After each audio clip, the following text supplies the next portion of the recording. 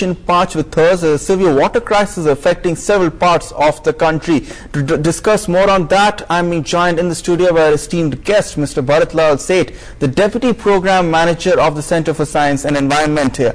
We'll come back to Mr. Seth in just a moment. But let's go through some of the states in the country which have been worst affected by the water crisis. In the heights of summer, the last thing you want to encounter is a shortage of water. But sadly, that is exactly the situation that most people across the country are facing on a regular basis. Now, the prospect of a delayed monsoon is likely to make the supply of water to states like Delhi and Haryana a lot worse, and facing the brunt of this are the hapless farmers.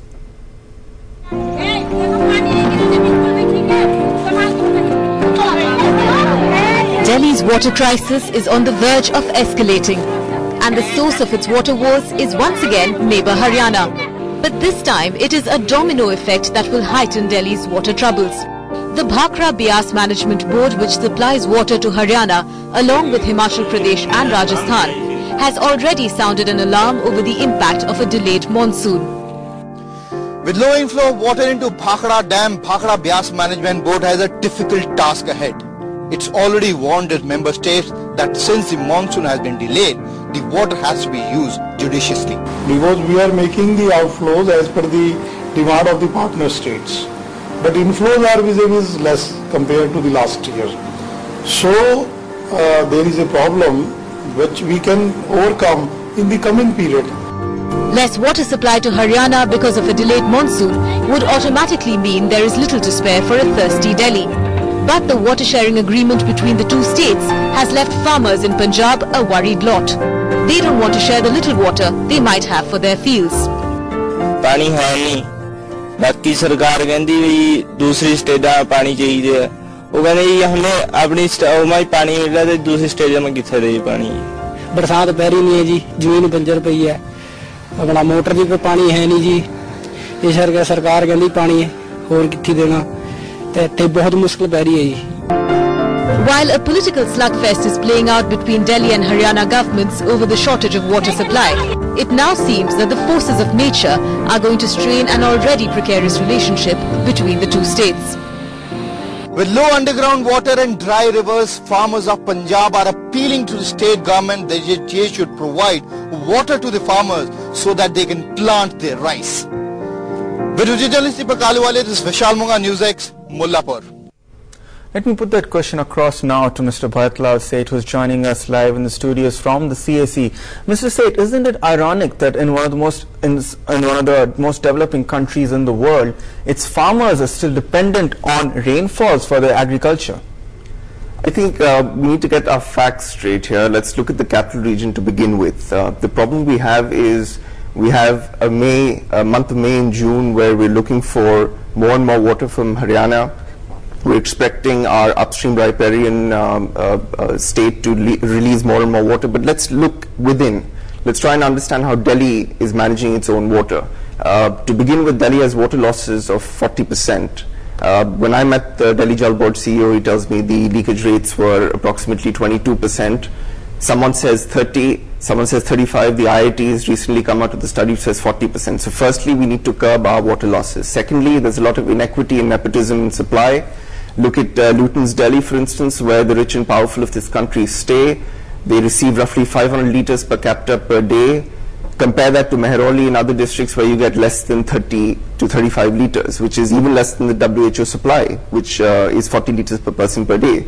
Now, the amount of water that is consumed in Delhi, we've done a study, the State of India's Environment Report, which was published in January this year, and what we found is that Delhi is not suffering from less water, it's suffering from a mismanagement. So if you deal with the inequity in supply, deal with your leakage losses, at the end you'll have enough water and you'll not depend on Haryana for water.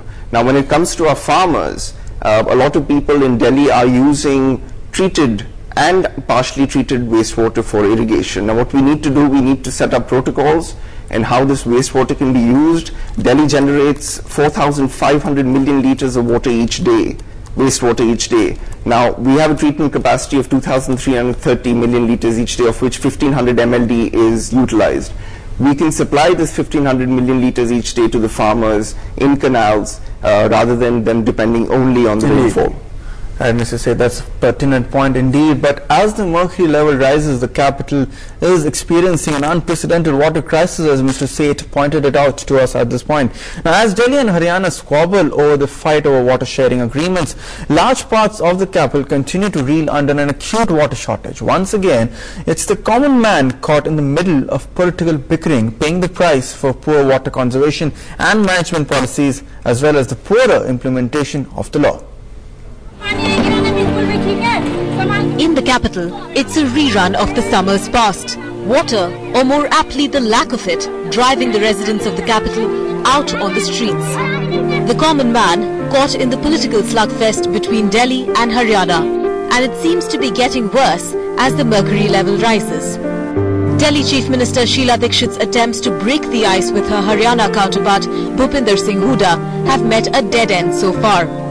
Haryana blatantly rejecting Delhi's demands, claiming there is no cut in water supply and Delhi's allegations are simply baseless.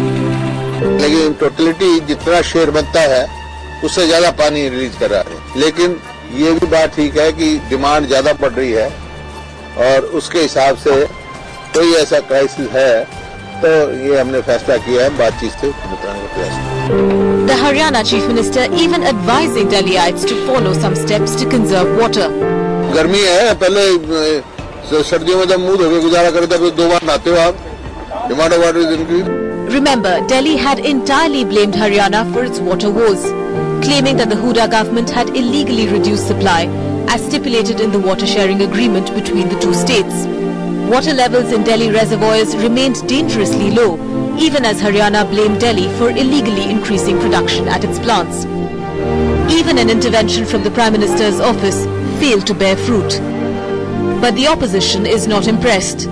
I accuse the corruption in Delhi Jal Board, the mismanagement of Delhi Jal Board for the present water crisis in the capital. Caught on the back foot, Sheila Dikshit resorting to other means and ways to solve the problem, ordering a cut in water supply in Lutyens, Delhi. The Delhi Chief Minister's message is loud and clear. The rich and powerful cannot enjoy the water privilege when the whole city is reeling under a crisis. Sheila Dikshit's concerns are not without reason. The production has dipped by 55 million gallons a day. Officials of the city's water supplier, the Delhi Jal Board, raising an alarm as the pond levels at both Wazirabad and Haidarpur have fallen by over a foot and remain below the stipulated level of 674.5 feet. But the Delhi government is left with difficult questions to answer, especially over why there is no upgrade of the capital's infrastructure to plug significant distribution losses. Also, why had the government failed to increase capacity at its reservoirs even as the summer approached? While politicking is set to increase, Delhiites continue to suffer in the summer haze. Bureau Report, Newsx. So, Mr. Seth, continuing the point we were discussing earlier, it's the common man, isn't it, who's caught in the middle of the political bickering that happens between state governments, and the common man is paying the price for poor water preservation as well as management policies and even poorer implementation of the existing laws. Absolutely, I agree. Like the point I made about Lutyens, Delhi, you have people who are receiving water, and this is subsidized water. So the people who are actually receiving water do not require that subsidy. So how do we target those subsidies better? We have areas in Mehrauli, and I mentioned West Delhi as well, where the water supply is less than the WHO minimum standard. So the people who actually need the subsidy that the government has in place, the pipe network doesn't reach them. So what we need to do is we need to target our subsidies better, and we need to make sure that it's the poor who's not bearing the brunt of this cost. Absolutely. But if you thought that it was only the capital which was suffering from a water crisis, think again. There's hardly any part of the country that is spared from a shortage in water. Right from Kolkata to Chennai to Hyderabad and even Ahmedabad, it's not just a farmer. Even urban India is looking up to the skies and praying to the rain gods to ease their hardship.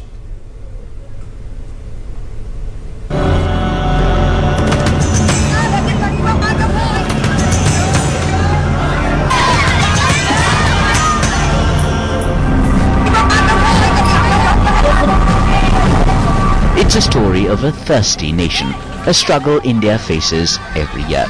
Water taps, but no water. People jostling and a queue of buckets. A basic amenity, but still out of bounds of the common man. With the scorching heat, the water crisis has engulfed the whole country. From Delhi to Amritsar, Lucknow to Kolkata, and from Chennai to Bangalore, the situation is the same everywhere. In Akali's Punjab, people are angry. They were promised uninterrupted water supply, but the ground reality hasn't changed much. हमारे घर में किसी की गली में 15 दिन से पानी नहीं आ रहा है, हम लोगों को गली में 1 महीना हो गया पानी नहीं आ रही है। अगर जब 5 बज जाता है तो हम लोग बाल्टी लेकर घर घर घूमते हैं, फिर भी पानी नहीं मिलता है। भाई जिन्होंने पानी नहीं दिया, सरकार को यह मांग करते हैं भी सानू लाइट पूरी मिले ते नाले मतलब भी सानू सहूलतां पूरी मिले। In Uttar Pradesh too, the water problem has become a seasonal affair. From Kanpur to Allahabad to Raebareli, the common man is forced to face water shortages. पानी की समस्या अब खलासी लाइन में बड़ी दिक्कत है। जो नगर निगम की पाइपलाइन है उससे पानी आता नहीं है, जो थोड़ा बहुत पानी आता दूषित पानी है। समस्या बढ़ती चली जा रही है, हैंडपंप सब सूखे हुए हैं और कुछ मिट्टी निकलती है और कोई बहुत हैंडपंप खराब हुए हैं जिसकी कोई समस्या नगर निगम ने जल विस्तार में। If the north is suffering, southern India isn't better off.